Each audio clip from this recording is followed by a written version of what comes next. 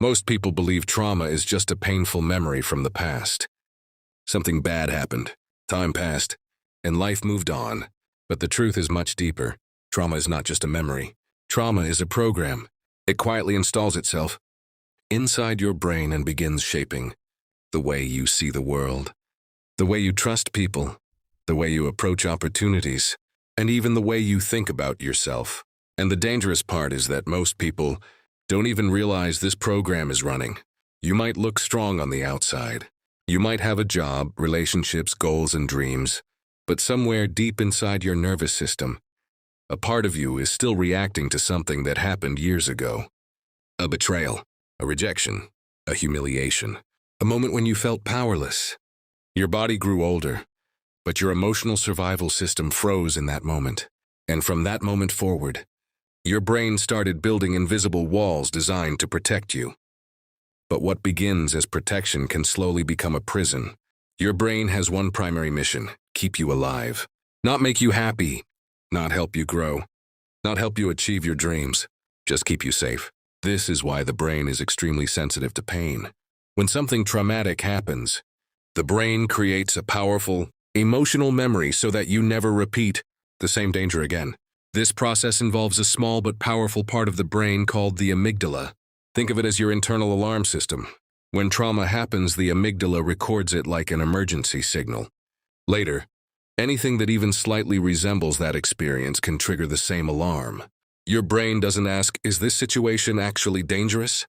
Simply reacts. That reaction is what keeps people stuck. Imagine a person who was rejected deeply in childhood. Maybe their parents criticized them constantly. Maybe they were told they were not good enough. Their brain recorded that pain. Years later, when that person gets a big opportunity, a promotion, a business idea, or a chance to lead, something strange happens. Instead of excitement, they feel fear. Their brain whispers, "What if you fail? What if people judge you again? What if you're not good enough?" So they hesitate, they delay, they procrastinate. From the outside, it looks like laziness, but inside it's a survival response. Their brain is trying to protect them from emotional pain that happened years ago. This is how trauma turns protection into self-sabotage. Trauma creates patterns, and patterns repeat themselves until they are broken. Someone who experienced betrayal may attract relationships where trust is constantly broken. Someone who grew up around financial stress may unconsciously recreate money problems even after earning more. Someone who felt invisible as a child may constantly chase validation from others. These patterns are not accidents. They are trauma loops. The brain is always trying to resolve unfinished emotional experiences. Without awareness, people unconsciously recreate situations that feel familiar, even if those situations cause pain, because to the brain, familiar feels safe.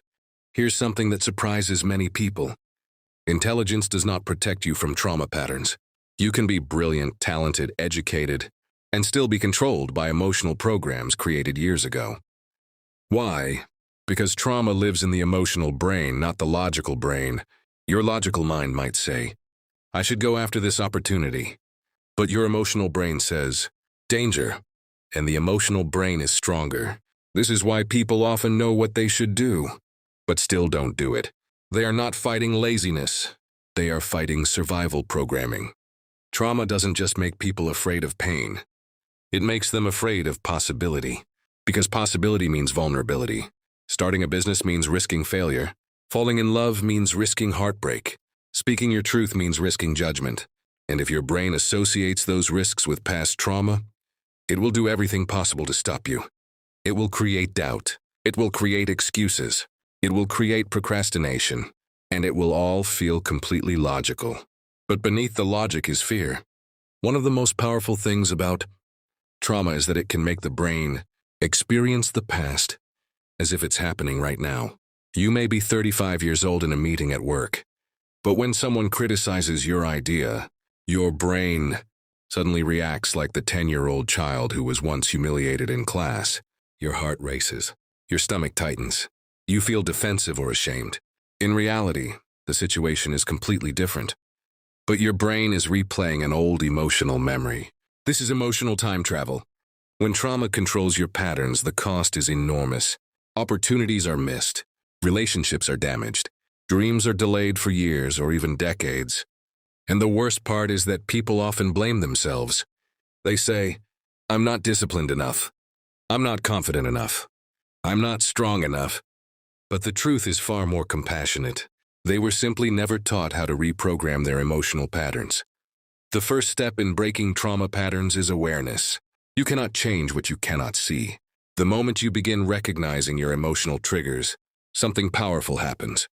You create space between stimulus and response. Instead of reacting automatically, you begin to observe your reactions. And observation leads to understanding. Understanding leads to change.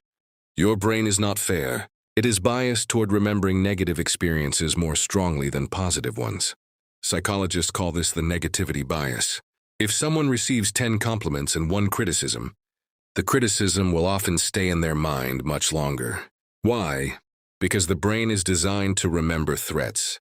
Thousands of years ago, remembering danger helped humans survive. Forgetting where a predator lived could mean death. But today, this same survival mechanism often exaggerates emotional pain. A single rejection can overshadow years of success. A single failure can convince someone they are incapable. This is how trauma magnifies itself. The brain keeps replaying the painful moment until it feels like the entire story of your life. But it's not the whole story. Trauma also works through conditioning. Just like a song can bring back a memory from years ago, certain environments, sounds, or situations can trigger emotional reactions linked to trauma. A tone of voice, a facial expression, a certain type of criticism. Suddenly, the nervous system reacts before the logical brain even understands what is happening. This is why people sometimes feel intense emotions that seem completely disproportionate to the situation. They are not reacting to the present moment. They are reacting to emotional conditioning from the past. And until that conditioning is consciously addressed, it continues repeating automatically. Here is one of the most surprising truths about trauma. Pain can become comfortable, not because people enjoy suffering, but because the brain prefers familiarity over uncertainty. If someone has spent years feeling unworthy, success can actually feel uncomfortable. If someone has spent years being criticized, supportive relationships may feel suspicious. The brain would rather stay in a familiar painful pattern than step into an unfamiliar positive one. This is why people sometimes sabotage good things in their lives. Not because they want to fail, but because their nervous system hasn't learned how to feel safe with success. One of the most powerful tools for breaking trauma patterns is something called reframing. Reframing means changing the meaning you give to an experience. Two people can go through the same painful event and create completely different meanings from it. One person might say, "That experience proved I'm weak." Another might say, "That experience proved I'm strong enough to survive anything." The event is the same, but the meaning is different. And meaning shapes identity. When people change the meaning of their past, they change the emotional power that past has over them. Healing trauma is not just about thinking differently. It is also about training the body. Trauma lives in the nervous system. When the body has learned to expect danger, it stays in a constant state of tension. This is why many people feel anxious even when nothing bad is happening. Their nervous system has been trained to stay alert. To change this pattern, people must teach their bodies that safety is possible again. Through breathing, movement, mindfulness, and emotional awareness, the nervous system slowly begins to relax. And when the body learns safety, the mind becomes free to think differently. At some point in every person's life, there comes a moment of decision, a moment where they must choose whether to keep repeating the same patterns or create something new. The past may explain why certain fears exist, but it does not have the authority to control the future. Every day presents a new opportunity to respond differently, to take one step forward, to challenge one limiting belief, to act with courage even when fear is present. And those small decisions eventually reshape the brain. Here is the most important truth of all. Trauma may influence your story, but it does not have to define your destiny. Human beings are incredibly resilient. The same brain that learned fear can learn confidence. The same mind that once protected you through avoidance can learn to pursue possibility. Freedom begins the moment you realize that your past experiences are not the limits of your potential. They are simply chapters in a much larger story, a story that you still have the power to write.